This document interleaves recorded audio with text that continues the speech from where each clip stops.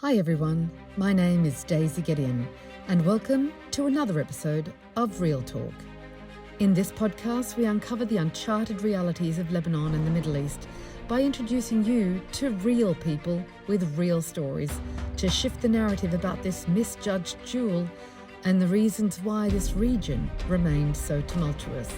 We hope you enjoy the podcast and are grateful to all those who support us through their generous donations. It is only due to your support and contributions that we're able to continue delivering these unexplored, real stories. So thank you. Now let's jump in.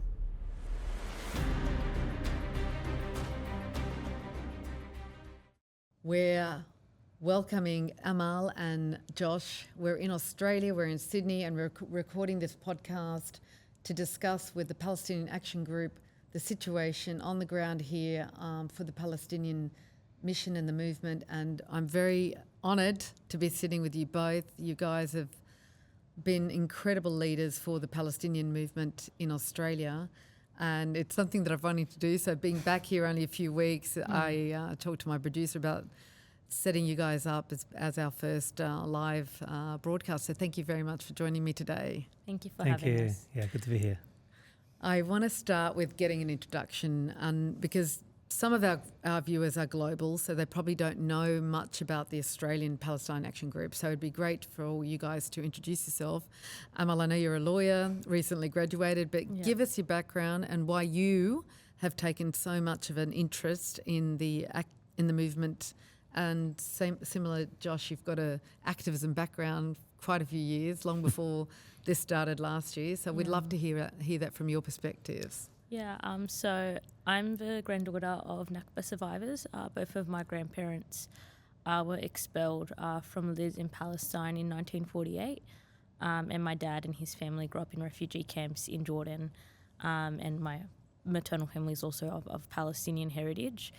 I've been very passionate about justice and anti-war movements since a very young age, not just because of my Palestinian heritage, but simply because what we've kind of seen explode over the past decade from my world and from where I was sitting was quite horrendous. The racism that has existed in society always stood out to me, and also just the very fact that it was quite obvious that our societies were constantly prioritising profits over lives. And when I was a student several years ago, during I believe it was the Sheikh Jarrah ethnic cleansing situation, I actually started getting involved in the Palestine Action Group through my students of Palestine at university, and then from then on I was committed to advocating for the Palestinian people and for all people who are suffering under imperialism.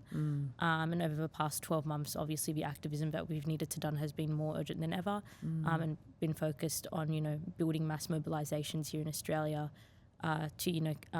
to advocate against the genocide in Gaza, but also the Australian government's very deep complicity within it. And was it that those reasons and that background that pulled you into law and made you want to be a lawyer so you could advocate effectively? Yes. I used to believe in the legal system a bit more when I started law school, but it became very, very obvious that actually our international systems and our legal systems are very limited. And I think that's actually what pulled me into activism, because it was very clear that grassroots action and organising from the ground is what actually affects change, and not just, behind our desks. Great. I want to get into that after. But Josh, tell us about yourself. I guess for me, I grew up in a kind of working class and pretty left-wing political household. So, and then, but the key thing that really, I suppose, radicalised me was the war on terror. It was seeing, the actions of the United States and their partners just absolutely wage slaughter and rampage across the Middle East. I was part of the marches against the Iraq War, and this is the second Iraq War, right? When George Bush Jr. and Dick Cheney decided to redesign the whole Middle East. Yeah, exactly. The weapons of mass destructions that didn't eventuate. Yeah, exactly. And so it was just a key moment when your eyes had to be open to the kind of world we're living in, where, based on lies, they could go to war, kill 1 million people in Iraq and Afghanistan, and get away with it. And despite mass opposition, hundreds of thousands of us protesting in the streets, they didn't give a damn about what we thought, what the majority of people thought. They just went ahead anyway. And it was so clearly about the kind of imperialist interests of those big powers. It was about oil. It was about all of that. So that was a key thing that made me, I guess, want to take on this system. And combined with, I guess, the treatment of refugees was the other key thing, because here you had these governments bombing the hell out of countries under the pretext that they were liberating them, and yet when people fled those war zones, they were locked up, tortured for years in these horrific detention centres. And this was both Labor and Liberal government, went on year after year after year. So, I've been kind of an activist in those kinds of causes ever since, and part of the socialist movement as well. And what do you do as a day job? I work for a left-wing newspaper called Red Flag, if anyone wants to check it out. And then I was part of... in terms of Palestine activism, so my key, I guess, I was part of the mass marches against the Lebanon war in 2006, of course, one of the last big invasions that Israel waged on that country. But then the end of 2008, I was part of a thing called the Gaza Defense Committee, which is when, when Israel was, I think it was Operation Cast Lead, they called it back then, 2008 and 9, when they went in and massacred 1,500 people or whatever it was in Gaza, 500 children. And that was the origins of the Palestine Action Group. Some years later, we changed the name, obviously, because it was not just about Gaza, but and we've been organising protests ever since. Fantastic. Thank you. That's a great basis for us to begin this discussion. And, I don't want to go too much into the details of what's been done, but this year with the movement, because I think, what is important is how do we take this further? How do we take what's already been done, the great work? I mean, you guys have been protesting and holding rallies every Sunday. Since when? When did you actually start the first rally in Australia or in Sydney? October 9, which was, 2 days after, 2 days obviously after the declaration of genocide in Gaza. We knew at the Palestine Action Group that this was going to lead to a deadly war and a deadly genocide. So we put out an immediate call to action as our own government here in New South Wales was expressing solidarity to Israel and to its genocide when it lit up the Opera House in Israel's flag. Yeah, I guess, that's tremendous. And we've seen incredible activism around the world, the people rising, the marches in London and Washington and New York, and Jews joining, Not in My Name Jews, all of those combination of groups and ethnicities standing up across the world, everywhere. I mean, I've been following it every single day since October 7, obsessed with it. And we've been commenting, posting, sharing, trying to educate people, because it's not just about what's happening and the atrocities and the murders and the slaughters being committed in Gaza and now also in Lebanon, but the education piece. I've been a student of the Middle East for 40 years. I've been in journalism for more than 40 years, 42 years or so, but I've passionately involved in the Middle East, probably 35 years actually. Awakened to the cause, because I started as a sports writer and then discovered Lebanon and the Middle East. I'm a Lebanese heritage, but didn't really know much, because what we grew up here didn't really give you that other side of the story. It gave you the negative, manipulative, one-sided story.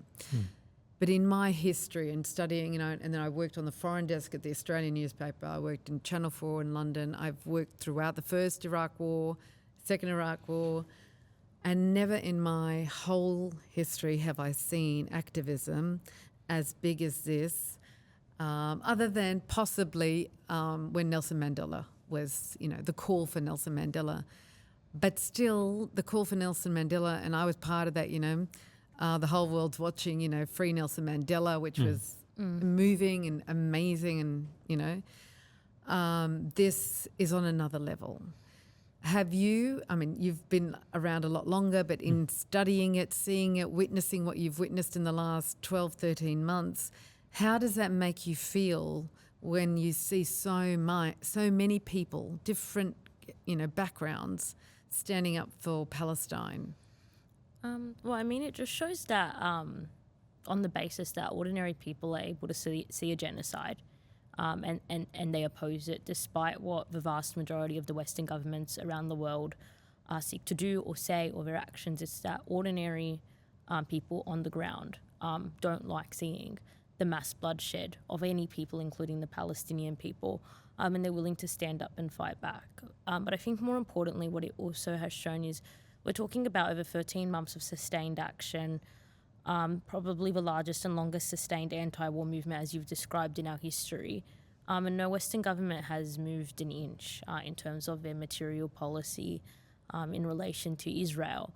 And I think it just really has exposed to the same people who are attending the rallies, who are being a part of the movement, the fact that our current system is very broken, and we need to fight back against the system itself, because this is a system that is inherently prioritising, imperialism, regional interest, profits over the lives of ordinary people. And I think people are starting to see that, and we're seeing various crises in various, in various imperialist countries. We've got here in Australia, it's really up in the air what's going to happen at the next election. You've got in the US, the Democrats largely failed, and it was partly attributable to their position 100%. On the war on Gaza. So we're seeing that ordinary people are understanding that this system is very, very broken. And I think this is going to be really important to continuing this fight. Before I let you comment, I just want to make a comment. You mentioned that no governments have moved an inch. And I mean, I would agree with you in that not enough governments, but yesterday Erdogan announced complete cut-off of all ties with Israel. And Spain has been an incredible leader in Europe. Colombia, the Colombian president from last year, God love him, he's a true champion. He cut off ties in October or November in 2023. These are, shining lights of people with true values and who get it. We've heard a lot of people and governments speak out. Malaysian leadership and the Pakistani at the UN, tremendous speeches, but not much action happening. Tiny bits of action from France with, ending some contracts, military contracts. Britain reducing contracts, and even Australia there's been a review of some of the contracts, but nowhere near what they're supposed to be doing. But I want to call out those that are doing what they are doing, because we need to celebrate them to make the others, embarrass the other countries that haven't taken action. And largely because the ICJ has given them permission, the ICC has passed laws and findings giving them permission. The UN General Assembly has passed a resolution giving them permission and the right to take action, but the large majority of nation states have still failed to take appropriate action. But, the needle's starting to move. But I'll now give you back, the comment on this movement, the actions, and I'd love to hear your point of view, Josh. Yeah, totally. I mean, as you said, I've been protesting for a while, but I've never been part of anything like this, which has been just so sustained. Like, we've had huge protests, obviously, against the Iraq War. We had 500,000 people or something march in Sydney. We had huge protests, as I said, against the war in Lebanon in 2006. We've had many big protests for Palestine, over the last 15 or so years. When Netanyahu came, we had thousands on the streets here in Sydney and so on. But the pattern usually was that Israel would commit some horrific massacre. We'd have thousands of people come out, for a few weeks, and then it would die down again is the reality. So one of the key things about this movement is just how sustained it's been, that we've had, as you said, what are we up to, 56 weeks or something now of straight protests that have put thousands of people on the street every single week. And obviously the numbers are still up and down depending on what's happening. Obviously we still need a lot more people to be hitting the streets. So this is not at all to, rest on our laurels, far from it. We need to build an even bigger movement, but that's been incredible. And the other part of it has been, as you referred to, people from all different backgrounds who previously have not supported Palestine, or at least haven't mobilised for Palestine. And that's been another really big shift, I think, which is that, again, in the big protests we've had in the past, often it was 95% people from the Arab or Muslim community mobilizing, a very small people who weren't part of those communities mobilizing. Whereas now we see a much bigger, uptick in those people coming out, in like white people in Australia and from all different backgrounds. And that is a big step forward, obviously. And it's crucial because, we see our role as trying to build a mass movement here, which can pile as much pressure and force our governments in Australia, in the West more generally, to actually break ties with Israel, to actually stop their support for this genocidal terrorist state. In terms of the question of I guess we'll talk more about this, but in terms of, we've seen like rhetorical shifts from the government. We're certainly putting them under pressure. They certainly have to respond to our movement. But particularly in Australia, it's just been rhetoric. We've seen no significant shift. I mean, just yesterday we saw they have had to amend or cancel some of their export licenses to Israel, the ones that they pretended didn't exist. But yes, it needs to go a lot further for this to be anything real and material that could actually force Israel to stop the genocide. Earlier you mentioned the activism you did after the Iraq War, during the Iraq War, and that it didn't really lead anywhere. Are you seeing a difference with this consistent and ongoing activism for Palestine? Do you think there's a difference? I think, the huge protests against the Iraq War were not able to stop the war.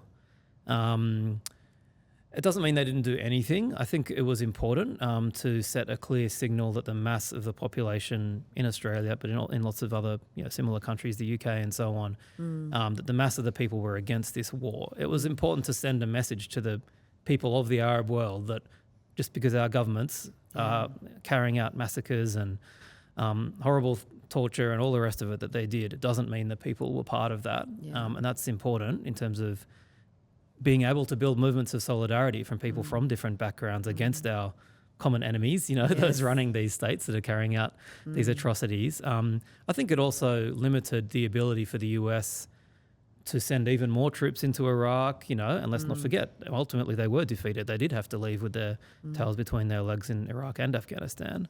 But it takes a lot to stop a war. And just public opinion is not enough.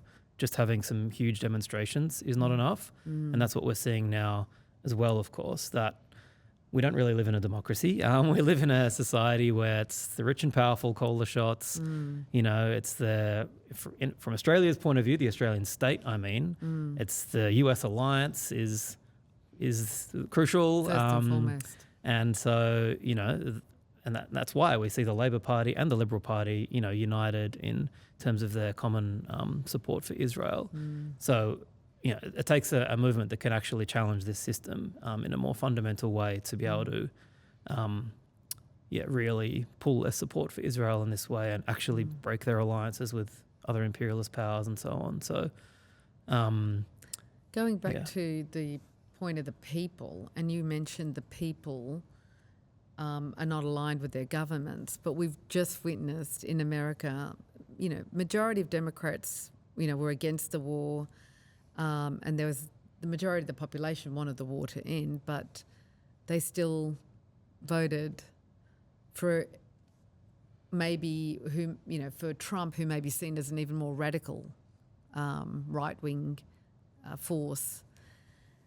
Are you worried about what that means here? Have you guys spoken as PAG and brought as a committee what that might mean to the situation for the Palestinians in Gaza and the West Bank?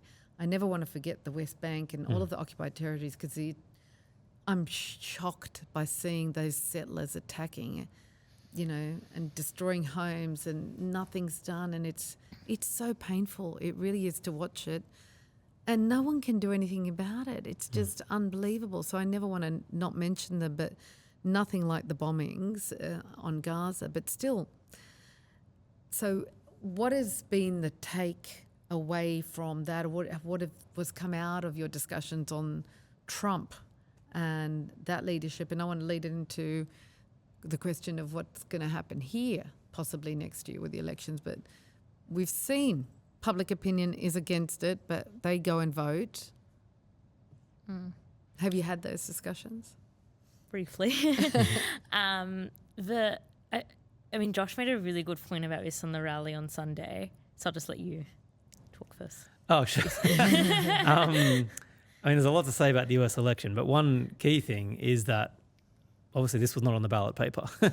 You know, as with so many other important issues for the American people, you know, there was no option for the American people really to be able to vote against Israel, against America's support for genocide in Gaza. And of course, this has been a bipartisan support that the Democrats have not done a single thing really to restrain Israel's barbaric slaughter that they're carrying out. All of the, I don't know if I can swear on your channel, but the BS statements from Biden and Harris where they pretend to be sad about, Palestinian civilians. Oh, but here's another, $8 billion in weapons to keep killing them. That's what we've seen for 13, 14 months now. So I just mentioned I saw we're posting something that they've banned bulldozers. The US is banning bulldozers to Israel now. But they're still sending 2,000-pound bombs. But the bulldozers, they'll stop. Yeah, that's it. Sorry, exactly. go on. No, exactly. And that's what we've seen for over a year now, this kind of game. So that's important to understand. And obviously there were a lot of people in America who, well, we know from the polls I've seen, there is a majority of people in the United States who think that America should not be sending weapons to Israel, who support a ceasefire, basic things.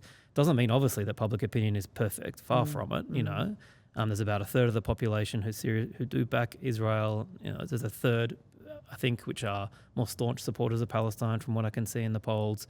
But a majority do not support the American government's position of endlessly sending weapons to Israel. But again, that wasn't on the ballot. So, and we saw, the Harris campaign lose something like 9 million votes compared to who voted for Biden in 2020. So, and that's the story of the election. I think a lot of it is that, Democrat voters didn't turn out in the same way they did last time.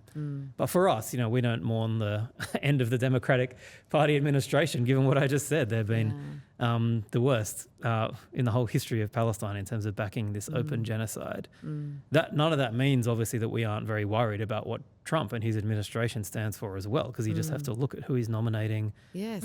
Mike Huckabee, Rubio as a Secretary of State. I know. I mean, someone sent me something. The cabinet. It's like the most Zionist, pro-Zionist, people that he could put in cabinet, and it's scary. Yeah. That's right. Yeah. And in terms of, if I can go on, in terms of what you say about the West Bank, I think that is very important because we know from Israel's point of view, like the West Bank is a key prize. Actually, sure they want to massacre and destroy Gaza, but the key thing they want to see is an annex and settle, to use their words, is the West Bank. And we've seen the Smotrich, the finance minister, the far-right fascist minister in the Israeli government, announce, that he's drawing up plans to, in the short term, annex the West Bank. And even for the Palestinians living within the borders of so-called Israel, again, there's new laws being passed to target them, saying that if they are the family members of people who Israel deems to be terrorists, which is a lot of people, everyone who resists, that they can be potentially deported to Gaza, which is, we know what that means. So this is a serious escalation in the whole situation, not just in Gaza. And we knew, that that's what Israel wanted to do. Its intentions, It's the entire history of Israel. It's what they've done since October 7, and and that's escalating more and more. So, and I think they're using this opportunity, what they see as an opportunity of the transition period in the US administration. They always like to kill a lot of people over Christmas and New Year's while people might be looking the other way. This is the despicable acts of this regime. Yeah. I just wanted to add as well that, of course, we're all very worried about what Trump's administration is going to do. He had incredibly pro-far-right Israel policies when he was last in power. We saw the embassy move to Jerusalem, and we saw, the start of the Abraham Accords. But also, sometimes I see it also as a mask-off approach, because a lot of the things that they're saying now, such as, for example, I believe it was one of the people he appointed to his cabinet said, I don't recognise the West Bank, I recognise it as Judea. That's a mask-off approach, but that is American foreign policy. The Biden administration over the past 4 years certainly take a bit more of a softer approach, but they didn't do anything material to stop the annexation of the West Bank. They didn't do anything material to stop the settler attacks, which were actively killing Palestinian people. So now that we're facing this mask-off approach, that we're facing, this fascist government now backing another fascist government, it's important to mobilise and to act. And it's a really important time to actually declare that the solution isn't to vote for the alternative, which is the Democrats, who have materially very similar policy. The solution is to actually fight back. And the way that looks like is obviously a mass left-wing movement that can actually counter fascism. And it's very clear that the Democrats and their centrist approaches can't counter that. Otherwise, they would have been able to win the last election. And their inability to not take any left-wing positions, not just on the Gaza genocide, but on cost of living, on economic issues, on things that a lot of Americans were also voting on, caused them to lose the election. And I think that's something that we also have to take into our election on next May as well. Yeah. So the beautiful segue into what you're seeing, what you're hearing, and how you're preparing for the elections next year, and how the Lebanese community too, which is equally in the same boat, and depending on this government to end the war for Lebanon and for Gaza. What are the plans? Are there any active considerations of how do we have a campaign, a strong campaign, to rally people, to pick the right side? I mean, at least we have seen, look, in America there was Jill Stein. She got about, 300,000, 400,000 votes. She was the most consistent, speaker against both parties and for, common sense. And she's Jewish, but she's been part of the pacifist and also the just campaign for a long time. But here in Australia, we've had David Shoebridge. He's been very active. The Greens have been very active. Adam Brandt, Mahreen Faruqi speaking out in the Senate. Where do you guys, stand on the Greens? But also, how are you planning for the campaign? And should it be a combination, working with the Lebanese to try and do something very effective, uniting with a strong call? What's the plan? Yeah, I think just first and foremost, just on the position of our group, we haven't endorsed any specific electoral party, and we don't plan to at the moment. But our position has been very clear that we cannot be voting for the Labor or the Liberal Party or any candidate or any party who is backing the genocide in Gaza. We're also in a slightly better position in Australia than we might be in the US, in the sense that we have a preferential voting system. So people might not feel, I think a massive issue in the US when it came to voting for Jill Stein was a lot of people felt that if they weren't voting for the Democrats directly, then it might give more opportunity for Trump. Now, it's not a position I agree with, but it is a position that a lot of people understandably found themselves in. In Australia, we do have preferential voting, so we do have the ability to obviously vote for a party and not necessarily, give more votes away to Darden, which would be, an outrageous situation in Australia. I think in my personal position, not the position of PAGA, or the best outcome would obviously be a minority government. With Palestine, whether it's independents, whether it's the Greens, whether it's alternative parties in the balance of power, to send a really clear message that you cannot back a genocide and be able to manage government effectively and smoothly, and hopefully that would mean Palestine and policies around this genocide are on the negotiating table. In terms of what's happening, there's a lot of different things. You've got the Greens running candidates in various seats. We're seeing them doing it in Queensland for the federal election. They're starting to announce in some seats here in Australia. in New South Wales. But then we've also got the Muslim vote, which I think is really important. They're, running independent candidates in Labor strongholds, which do have a majority Muslim Arab population, to give the community, an alternative for people to not have to put their vote for genocide on the ballot paper. And these are candidates who are running on the topic of Palestine, but also other issues impacting the community, such as cost of living. And I think that those are also really, strong alternatives, which are obviously, coming out of the back of our movement and our mass opposition to the genocide and to the Labor government. And if we were to see similar results that we saw in Muslim communities in the US, like in Dearborn, we're probably going to be seeing a lot of people not voting for the Labor Party. I think the Democrats got like 15% of the votes in that Arab stronghold, and I probably expect similar things to happen, next year here in those areas as well. How well did have you spoken to the Teals? I know the Teals came out in the last election as a strong independent group, but have they had any impact, or have you? On Palestine or on climate change? On anything. Have they spoken out and support, or just generally no? I think that some of the Teals have different positions and whatever, but particularly the ones in Sydney, as far as I'm aware, are very very supportive of Israel, and that's not surprising when you see that some of them come from like the business council type lobby groups and whatever, so we didn't expect that much from them. But yeah, in terms of the election generally, like I agree with what Amal is saying.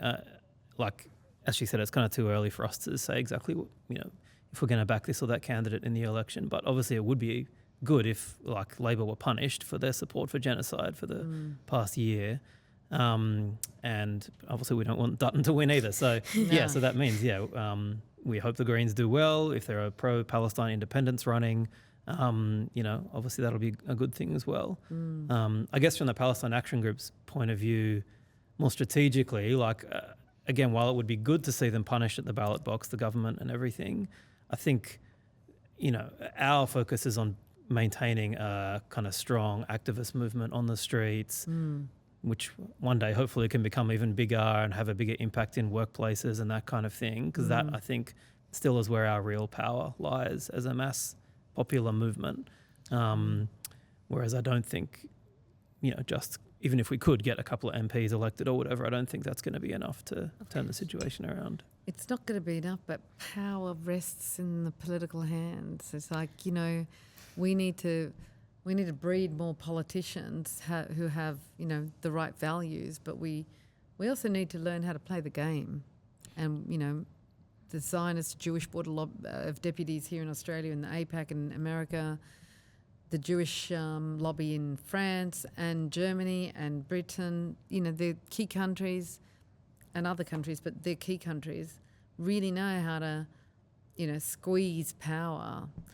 And if we want to use it for good, that's the thing, is understanding that we can creates activism and activations on the ground and yell and scream as much as we want to, but without the numbers in the government or in politics, we really haven't got the power to change. That's my understanding, my take on all of this over and over again.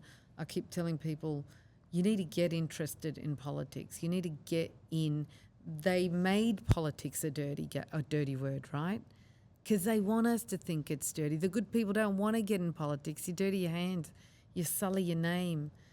Because they want us to leave them alone so they can control everything. And we've got to learn to be much more, wiser now when we've witnessed the last 100 years in particular.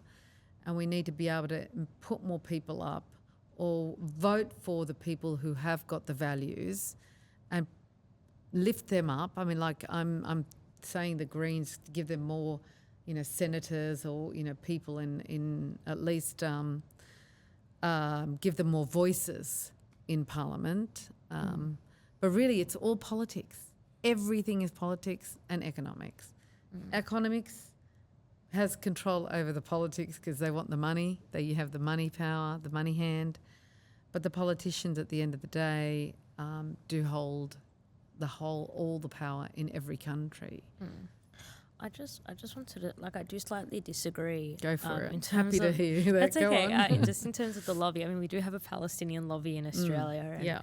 And, respectfully to them, they do a lot of hard work. Yeah. APAN and the lobbyists there, and they put in a lot of heart into it, but lobbying efforts have largely failed. And it's not because our policy, and this includes APAC in the US, it's not because of, the lobby's power or their influence or their harassment or how annoying they are that our policy on Israel is so strong. It's because of imperialism, and it's because of our foreign policy interests. Our Australia's support for Israel has started long before any lobby was established in Australia, and the same goes for the US's support for Israel.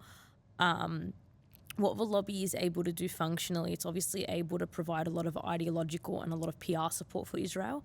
But the reason why they're able to be so sustained is because of the imperial core that we live in, and because of the imperialist policies that exist in our country.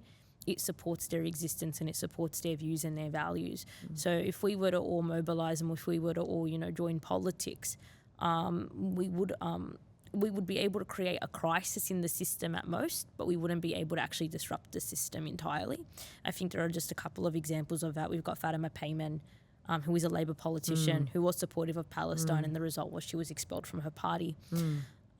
We've got in the New South Wales, in the current New South Wales Chris Minns government, I wouldn't be even able to put them all on my fingers from the amount of politicians inside the Labor Party who do have good politics on Palestine, not perfect politics, but good politics.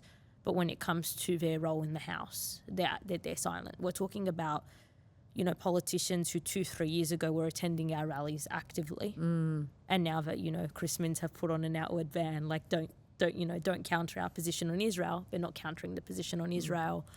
And even if we were to bring in a bunch of, have a balance of power, at most it's a balance of power, it would create a crisis in the system. It would definitely slow things down, but it doesn't change the fact that we have very strong ties to the United States. We have very strong ties to foreign policy in the United States. And we have interests in Israel being able to continue the bombardment and to just being able to exist as it does in the Middle East. So entering that realm of politics can create crisis, but we need a mass system change, and we need to be addressing our relations and our links to whether it's the United States or even Israel to be able to create that material change that we desperately desire. But in order for you to get system change, you need a crisis. And it's a step towards, I understand what you're saying. It would disrupt the system. It would make it uncomfortable. It might not make it function. But that's what we got to do. It's like civil disobedience. You got to disrupt the system in order to change the system. If the system's happily chugging along, even if it's not going to change because they're happy. Look, I'm a avid studier of history and stuff, and I just and I've talked to great people who've worked in this area in civil disobedience, and there's a strategy that works, and it's being executed by Zionists and pharmaceutical lobby, all of those big farmers, and all the gun lobby in America. There are economic lobbyists for their own interests, industry lobbyists, and they use it effectively. Someone told me that the two key criteria for politicians is having endorsement by big cap corporates, because big corporates bring the money for campaigns, and then being able to, sustain their campaigns and bring the votes in, But really what's important to them is contracts and corporate backing, so they can support the country but also support their party's existence. So that's why they lean towards people that come to them with that sort of strategy. We can give you X amount of donation or support, and this corporations are going to make you look good, and you're going to get to come and sit down with these, corporate giants and make themselves feel good about all of that kind of stuff. But, just to pull it back into line, it's, the importance of being able to translate the on-the-street activism, the voice of the people, the masses, into something that can, effectively, politically impact and disrupt government or systems is really what, I've seen and is the most effective way of us really pushing change in our societies. Because if we leave them in their comfort, they're not going to change. Yeah, I mean, I guess, certainly it would help if we had more pro-Palestine MPs, if we could get them elected and that kind of thing. I do agree with Amal, though. I think if we look at the fundamental question of, why does Australia support Israel? Why does the US support Israel?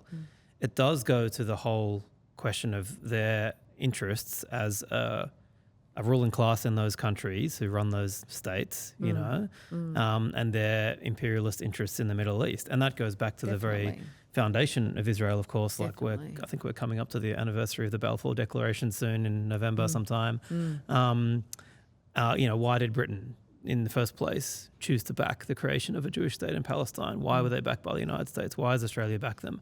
Fundamentally, it comes down to, a similar reason why they have alliances with other horrific regimes around the world, because they see it as a way to extend their power in that region. And Israel's a very kind of special ally for the United States and the West to have, because it's seen as particularly reliable kind of attack dog for Western imperialism, effectively. And that's the role, obviously, that Israel has played over the decades, is disciplining, invading, killing anyone in neighbouring countries, and of course the Palestinians themselves, who would dare to rise up or to threaten the interests of Western imperialism. So that's what we saw, of course, with the Six-Day War in 1967. It's multiple invasions of Lebanon. It's multiple invasions of Egypt and everywhere.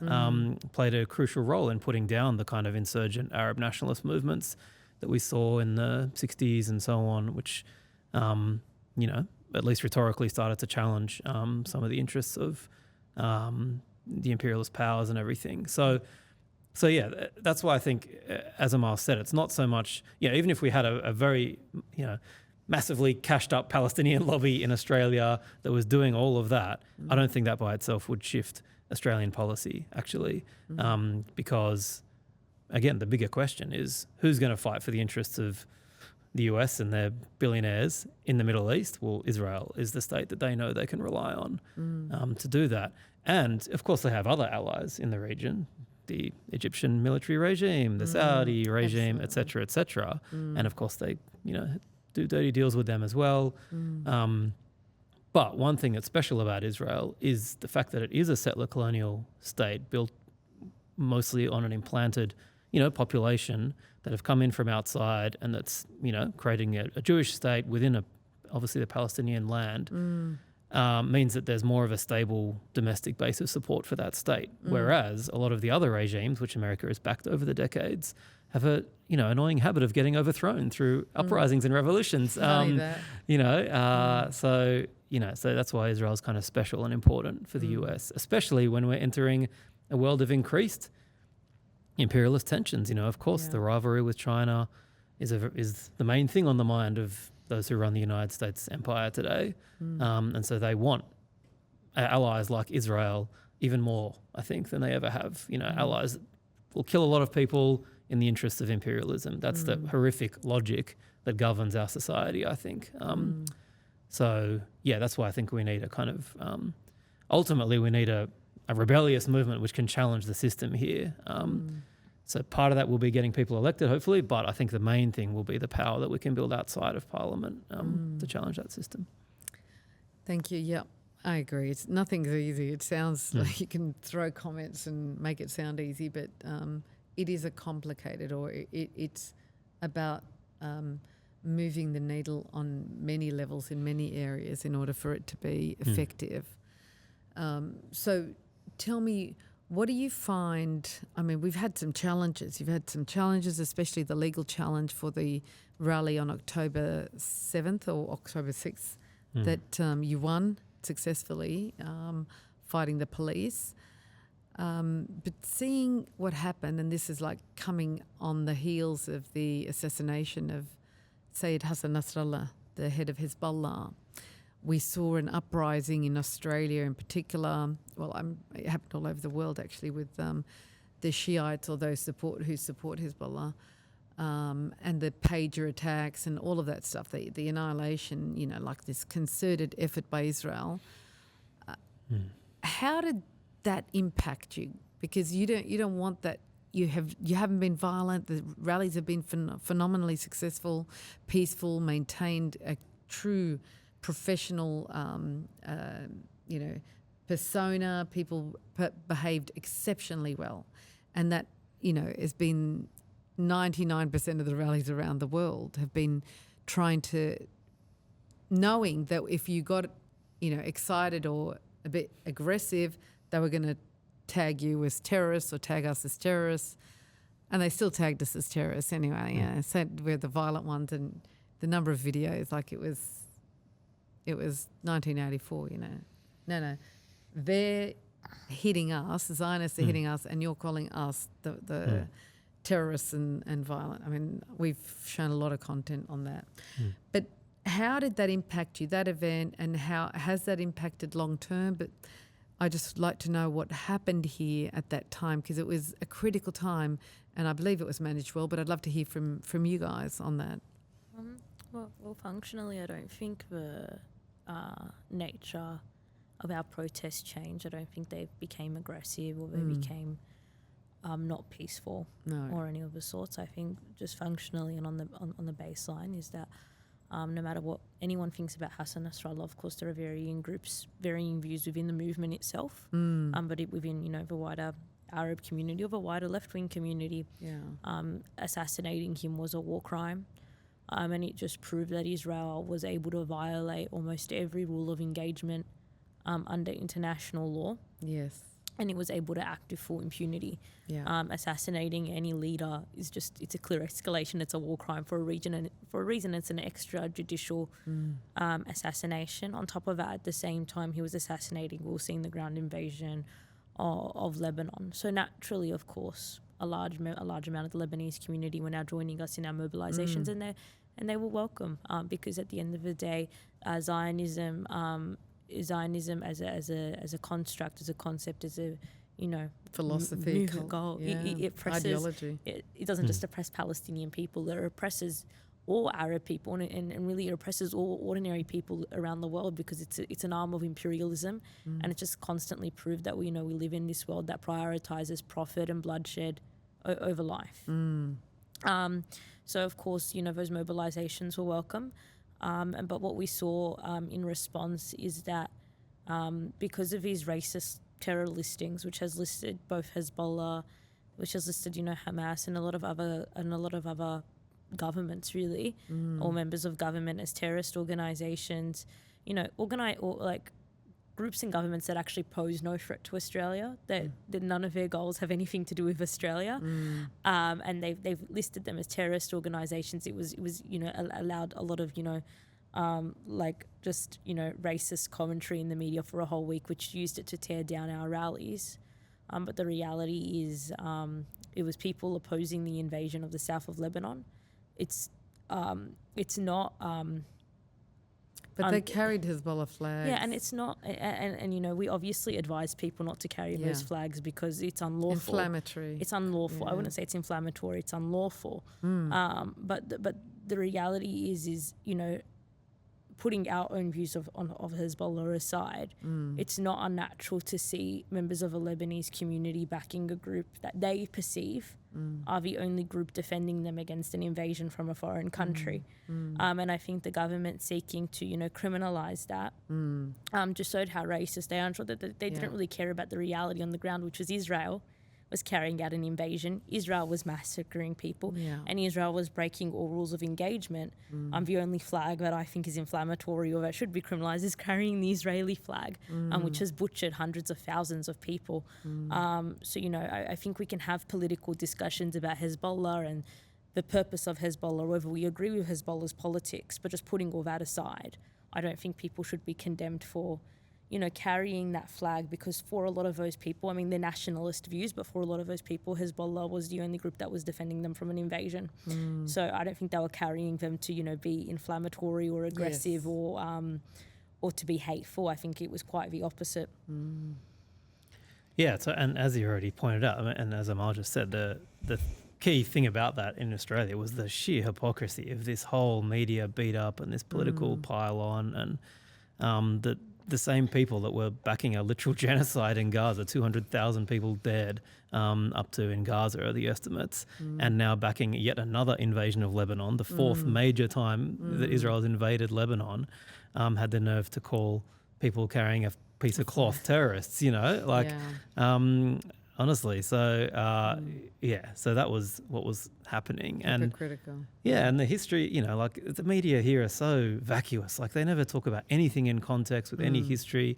Like, why was Hezbollah formed in the first place? Actually, because of the brutal Israeli invasion and occupation in 1982, and to drive the Israelis out of occupying Lebanon, which they did, along with, you know, lots of other groups in Lebanon who fought to drive the Israeli occupation out and so on. So, and here you have Israel invading again. So, yeah, the media kind of, obviously used that as a way to attack, you know, the movement here, and the politicians did. I think it's important though, like that came as part of a longer trajectory and a building up of the repression anyway of the Palestine movement, which has been an ongoing theme for the past year as well. So this was just the latest thing they latched onto, kind of to try to demonize our movement. But you know, of course, for many years, with all the usual stuff, they label us anti-Semites. They try to say we're violent, blah blah blah. We've had to deal with all of that, and it's still ramping up, I would say, and we see it all around the world as well. Here we've seen it especially on the campuses, the terrible way the students are routinely now disciplined, threatened for doing anything about Palestine now. It doesn't matter what you do. Really? They've now had to institute, because I mean the last time I heard, before the break, I guess, they were not instituting what they were instituting in America. The universities, New South Wales, Sydney, were allowing the students to demonstrate and have encampments. They weren't closing them down. Has that shifted? They didn't like send the riot police in to crack heads, you know, they're a bit smarter about the way that they have gone about things. But they have sent police into some campuses, obviously, Western Sydney Uni in particular, in recent times, and made arrests. But the main way they do it is through university disciplinary measures, where students now, like a lot of them are... they demand confidentiality of students, so they can't even go public about their cases, or they face further discipline. So a lot of this is happening behind closed doors. Wow. But there's like dozens of students who are threatened with suspension, potentially expulsion from universities for organising protests, for organising forums, very basic stuff. But of course, the blanket accusation is that by doing that, you are making some students feel unsafe.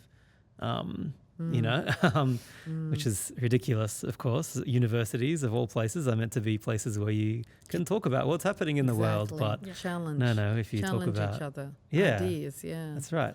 Like to the extent that recently at UTS, this is just one of the clearest examples, students were handing out a leaflet advertising a forum, which was calling out the university's complicity in the genocide in Gaza.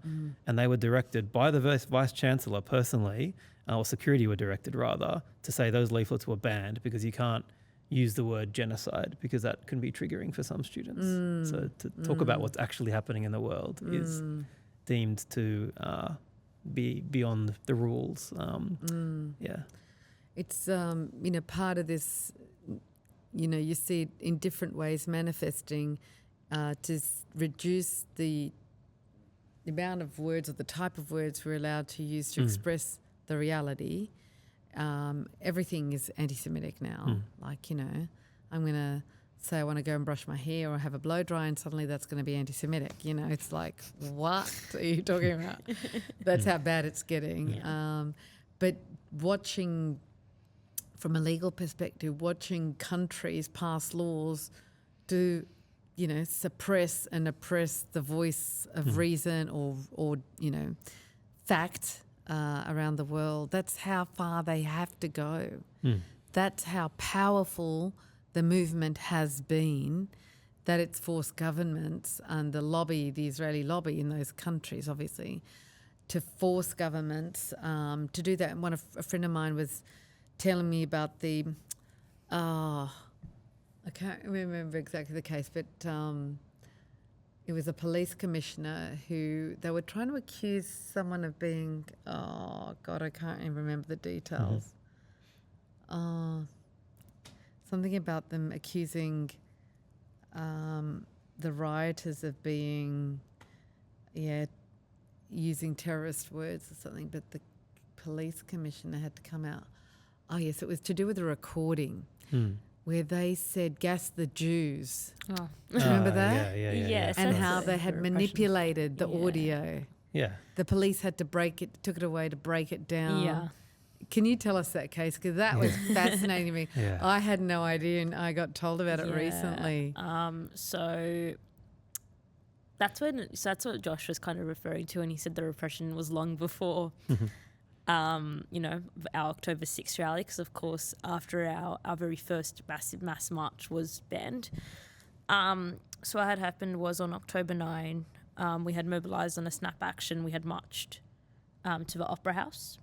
It was largely, That's right. largely very This peaceful. is last year. This when it year. first started. Yeah. Largely very peaceful, no issues whatsoever. Now we obviously can see there were some problems, but it was from a very small minority who actually were not a part of our protest whatsoever. Now, there was a video that was taken and the audio was manipulated and it was posted online. I don't actually feel comfortable even repeating the words because it's so awful. But that video, which had went viral internationally, it was referenced by celebrities who were trying to put down a movement. It was published on the CNN, and the CNN wasn't even talking about the movement in America. It was international. It was the basis for saying that our rallies were promoting hate speech. It was promoting violence, incitement of violence, and it was on the back of that and on the back of this mass media frenzy and this political frenzy that our very first rally was unauthorized. Which was funny because the day after the rally, the police, I think they called you, and they were like, "Great job yesterday." And then the Premier came out and then he said, "This was horrible." And then the police come out and go, "So they're not allowed to march." It just shows that the way that, the police mobilise, at the behest of what the political leadership want.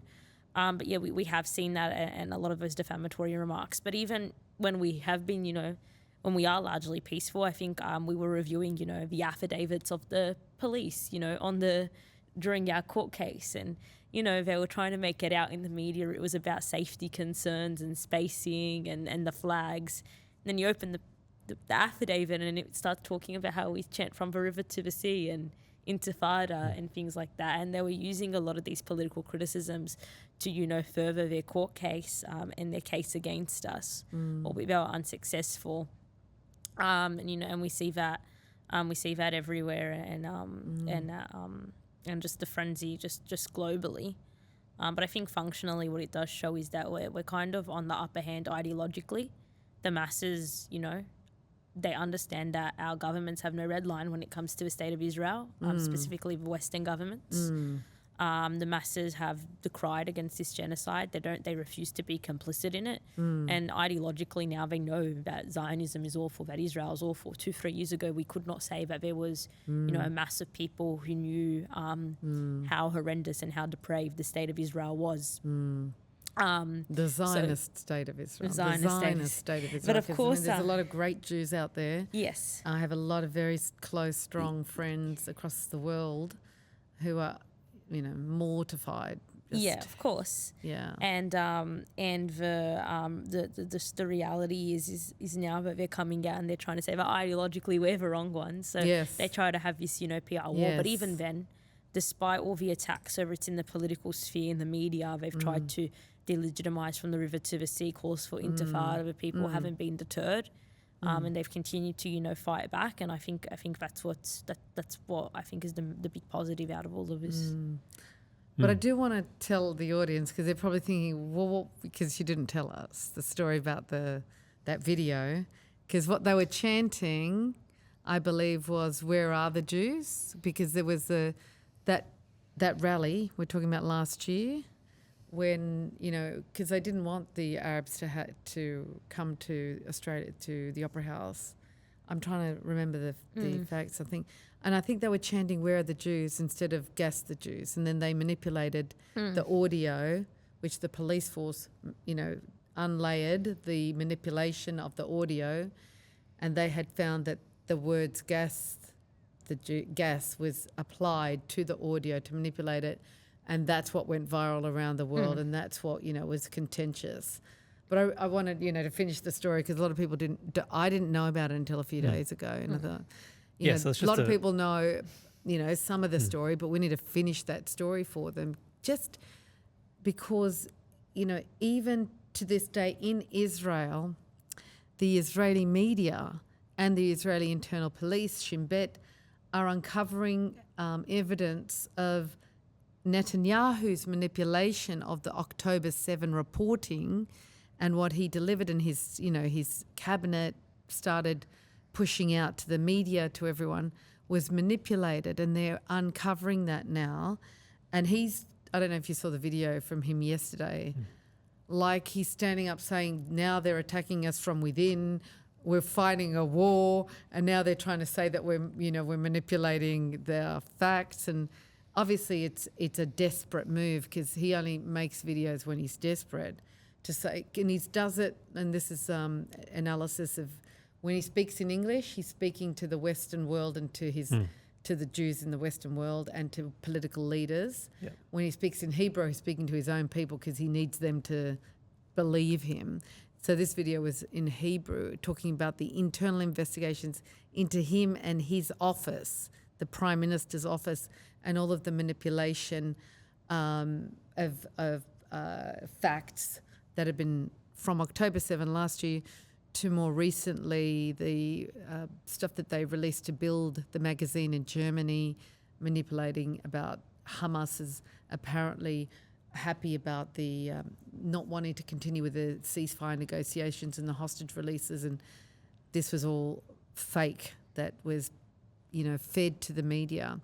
But it aligns with, when I thought about when someone was telling me about the gas, the Jews, it came back to, of course, this is a PR game, and of course they're going to do that. The beheaded babies, all of this was all made up, and they are masters of the PR game. So it's how clever or quick we are, rather, to combat them immediately is very important, because the first bites are usually the ones that the world absorbs quickly. They don't usually listen to the explanations or the debunking or all of that other stuff that comes out later. You don't get the same sort of uptake.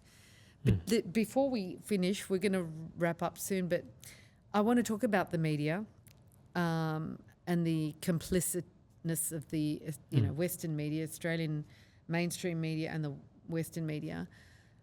But I want to ask you, we know how bad they've been. We all attest to that.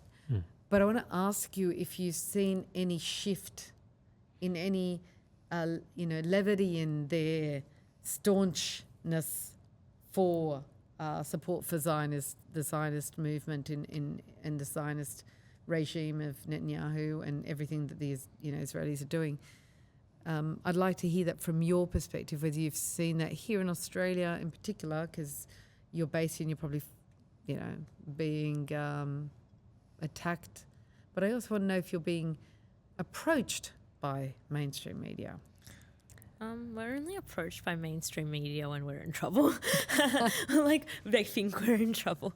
I think the 2 times that we were regularly approached by mainstream media was, the first was when our rally was first unauthorized last year, a year ago, and then they disappeared, and then we were approached again when our rally was again unauthorized a year later. So it's usually when we have something to answer for, or they have gotcha moments for us. Otherwise, no, Palestinian advocates and activists are rarely approached by the media unless they desperately need a right of reply from someone. And even then, the comments thrown at the bottom of an article. I actually think that the media has actually gotten more aggressive in various ways. I mean, there are individual journalists who, of course, are very supportive of the cause and very supportive of the movement, but they've been disciplined internally, whether it's for signing petitions or letters, for attending rallies in some cases, or for, in the case of like Antonia Latou, for posting a Human Rights Watch video. So we're seeing journalists being actively disciplined. We're seeing Mary Costa-Keys right now. Yeah, we're seeing journalists being blacklisted from being able to write on the topic of Palestine. So if they've, shown any support, that's been led to them being blacklisted, because then they can't be independent. But then at the same time, journalists who have gone on junkets to Israel, paid junkets, are able to write about the topic, and they write very biasly about the topic. You've got journalists at The Age and the Sydney Morning Herald like Chip LeGrand, who's absolutely awful, very right-wing, very pro-Israel, who attacks activists on his Twitter, who makes, pretty outrageous claims against protesters, still being allowed to publish on Palestinian activism, usually to largely make us look horrible. I think they're very aggressive towards us, and they, feed into the hands of the political class and to, a lot of their corporate owners and their own, as we said before, the very fact that at the end of the day, it is in the interest of the ruling class, of the billionaires, of Western imperialists to back Israel, and the media is the mouthpiece for that. So for them, that means not talking about the movement at all, or delegitimizing the movement. And when speaking about Israel, using language that affirms a lot of Israel's actions and concealing a lot of facts on the ground. Yeah, what can you say? As you said, I think if anything, they've gotten worse, which is shocking to think how they could get any worse. But that's what we've seen. And there's so many examples of this. Like, around the anniversary of October 7 was actually one of the worst examples, I think, because there you saw just how dripping with racism, effectively, all the media bias is as well. Because one of the key ways they attacked us was to say, how dare you hold events, commemorating the tens, if not hundreds of thousands of dead Palestinians around the time of this anniversary? How dare you? Like, one of the lines that the media thought was a gotcha line was like, oh, so at your vigil, will you also be mourning the victims of October 7? And it's like, well, are you going to the, vigils of the Israelis from October 7 and demanding that they also mourn the 200,000 dead Palestinians? No, of course you're not. It wouldn't even occur to you to ask them that question, whatever. But you're demanding, the Palestinians, whatever. Like, so hold it's them just to a different standard. Don't they? Yeah, it's just that thing. They don't give a damn about Palestinian lives. They're worthless from the point of view of the Australian media. They don't. Like, there's no such thing as a Palestinian victim, really. Like, no one who should be mourned in that sense, or their lives remembered. There's no one who, the tone in the voice of the journalist when they want to morally condemn something doesn't exist when Palestinians are killed, and all that. So we've seen that in spades. I mean, one of the most glaring examples of this has just happened in the last week. We follow this, what's happening in Amsterdam, right? Yeah. Where these like Israeli far-right football hooligan supporter of the Maccabi club go to a foreign city, rampage around the city, chanting death to Arabs, celebrating the genocide, attacking houses, assaulting taxi drivers, tearing down flags, all the rest of it. And the media reports this as an anti-Semitic pogrom, because some people in Amsterdam organised to fight back, and good on them. Like, and it's Netanyahu absolutely had shocking. to send in the planes to get them out there to save them. That's right.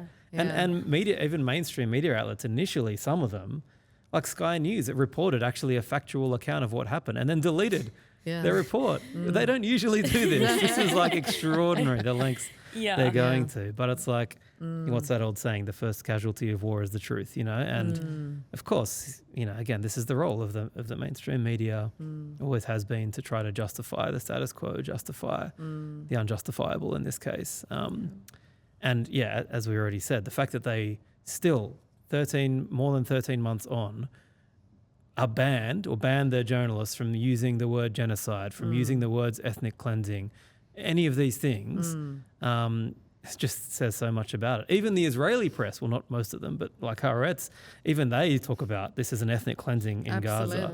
And like it's like the Israeli soldiers, of course, openly call it an ethnic cleansing and celebrate it. The Israeli military and political leaders openly call it an ethnic cleansing and celebrate it. The Palestinians, of course, know it's an ethnic cleansing and a genocide. So it's like the only people that refuse to call it what it is like the Western media. It's a bizarre and terrible situation. And can I just add to that as well? We see a lot within the Australian media. Like, you can actually if you just put an interview with a Palestinian or a Palestinian advocate against one of an Israeli advocate, you can really see it. And I think this was sent to me in October, but I did an interview on the project and after our court case, and it was absolutely outrageous. I was hit with so many, racist questions, very demoralizing questions, moral high ground kind of situation. And then 2 days later, Alex Rifshin, who's the head of the Executive Council of the Australian Jury, is on the project, and they're like basically like holding his hand, saying, "I'm so sorry for, everything," and just really like hyping him up. But the difference between us and him, who's a pro-Israel advocate, is when he's actually asked about the numbers. For example, he says, although like the level of Palestinians who have been murdered, he contests those numbers because he says they're Hamas figures, or he says actually there have been 20,000. He's actually said this. He said there were 20,000 or so combatants killed, and he's unchallenged a lot of the time, and that he has been challenged on some occasions, but he's unchallenged a lot of the time in that. But then us, when we say, there's been over 45,000 Palestinians who were killed, or do you condemn October 7? And we see that, and I think another stark example, and I think it was one that awakened a lot of people in Australia as to how awful our media was Q&A, last year, which had Francesca Albanese on it. She's the UN Special Rapporteur on Palestine. Very intelligent, has a lot of smart things to say. Was probably asked one question, and then it was more of a assassin. It was like she described it the next day at the press club, but it was like just an attempt to essentially just delegitimize Nasser Mashni, who was a Palestinian advocate who was put on the show. He was just grilled about so many things that were irrelevant to the questions on air, and then you had Mark Liebler, who was sitting there, who's a pro-Israel lobbyist and advocate, who was saying things like, "Well, I don't think settlements are bad, unchallenged, But then, Nasser Mashni says, "I think killing children is bad." Or do you condemn October 7? And he was like grilled for that for ages. So I think, but they're exposing themselves by of course, behaving that way. And we're constantly the ones who are being challenged on air, on news. And everything, and it really just shows how far they're willing to go to protect Israel's right to commit a genocide. Look, I mean, I could talk forever because I've got so much more, but I want to wrap up by asking you: is there anything, both of you individually, is there anything you're grateful for? Is there anything you can celebrate from or give thanks for in the last 13 months? I think just the mass of people who have actually come and shown up for the Palestinian people, for the Lebanese people, have shown up in opposition of the genocide. And, we organise the rallies, but that's only a fraction of what goes on. Off the back of that, so many people have mobilised, whether it's in their workplaces, in just their local areas, in their local councils. The boycotting. Yeah. We've seen so much. And I think, I'm just grateful to people who have, who have gotten rid of a Sunday essentially to come out every week in support and in defence of the Palestinian people. And I'm forever grateful for all the people who have shown up. Thank you. Yeah, it's been incredibly heartwarming at that level, and I know that's what keeps us all going, is that we're part of a mass collective movement. If we were all just on our own, just watching this, we'd all, well, who knows, but we'd all be utterly destroyed, I think, particularly for the Palestinians, of course, but everyone. So, that's crucial, and it's empowering to be part of such a thing. And obviously we don't do it to make ourselves feel good. We do it because we want to win. We want to liberate Palestine and end this genocide. But, definitely I'm thankful for that we're part at least of this, historic mass movement that's never existed at this kind of level before, that we have impacted, so much on people's attitudes in society. And this is not going to go away. Who knows what the future holds over the next little while. Obviously, probably nothing good in the short term, but we're part of a movement that is actively trying to resist this in a way that we haven't been able to in the past, at least. And you see it like at every protest, just the support that people give to each other. And my personal favourite, very heartwarming moment recently was when the Daily Telegraph tried to do that dirt job on me about being a serial protester and all that crap. And the next rally, this old Palestinian woman comes up with this thing that her or her friend had like personally cross-stitched, which was like a Josh Lee's the serial protester, and just gave it to me, and it was like, this is so beautiful, amazingly lovely. But that's just a microcosm of what's going on in this movement. So, but we need to keep it going. That's the key thing. And again, not just as a coping mechanism, but as a political movement that can win. And that's the key thing as well about having this movement, is it's hope. We need to cling on to that hope, that the masses can see through this crap, that we can fight for a better world, that we do have the power to do that, but we absolutely need to keep mobilizing. Yeah. Have you ever wanted to quit? Nah. Have you ever felt, oh my God? No, I've never wanted to quit. I've definitely been very tired at some point, so that's natural. But we still come every week, still at every meeting, despite everything. So, we're still here, we're still fighting. Can't even get myself to take a break sometimes. So it's too important. Yeah, of course. It's too important. How can we quit? As long as thousands of people are coming out every week, of course we're going to keep going. So, I've actually contemplated quitting my activism and over here.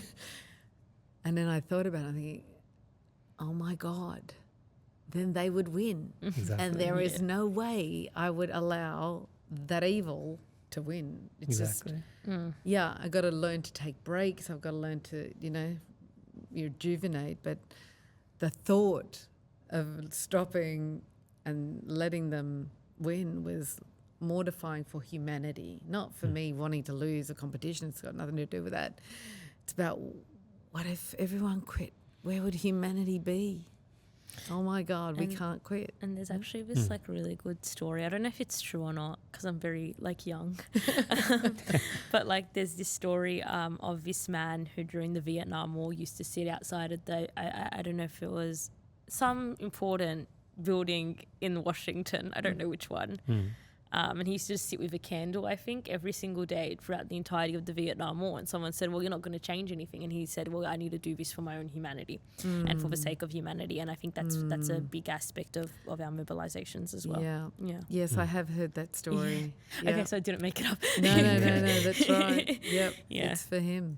One other thing I'll add, if I can, is because we're doing this obviously to stop the genocide, to fight for the lives of the Palestinian and the Lebanese people. But it is part of a bigger fight, and because we've already talked about that, we're part of this horrible system that has just waged war after war after war, to kill countless of millions of people.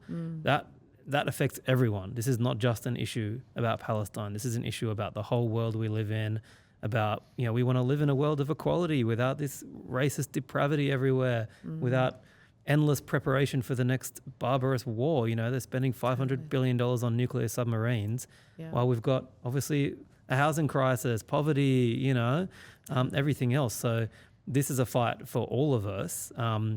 as a moral cause, yes, but also as a fight, I would argue, for all of our liberation, you know, Collective from this humanity, same yeah. system that screws us all over, like, unless you're a billionaire. I think that's the other way to understand what's going on. And the Palestinian people, we look to them not just as like victims that are being killed, they're an inspiration because of their bravery and their whole history of resisting this system. And there's lots of times through history when it's like the Palestinian resistance has helped to inspire people around the world to fight. Obviously in the region, that's true. The kafaya is a symbol. Yeah. You know, the Arab Spring, these uprisings that took place in the region as well were partly inspired through the Palestinian resistance and everything. So, this is a beautiful place to close it off. Yeah, something that took us back up there. Yeah. You're right. It's the bigger cause. Of course. Thank you both very much. I'm sorry we have to end the conversation there, That's but it's okay. been great, very engaging, and really enjoyed the conversation with Thank you you both. for having Thank you. us. Thanks for having us. Thank you for tuning in to another episode of Real Talk and experiencing firsthand the real stories told by real people.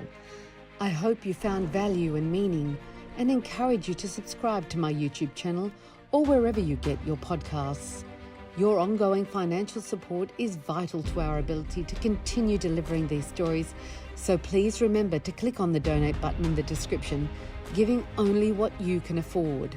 I spent my whole life giving my time, money and skill to serve human rights and social justice causes, and I know it's not easy to keep giving selflessly.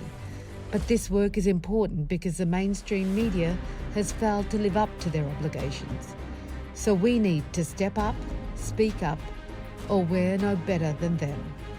I believe by tuning in to this podcast, you are someone who wants to know the facts and the truth, so you can independently decide what to believe and what not to. My job is to deliver that information. Yours is to place a value on it. Whatever you decide is humbly welcome.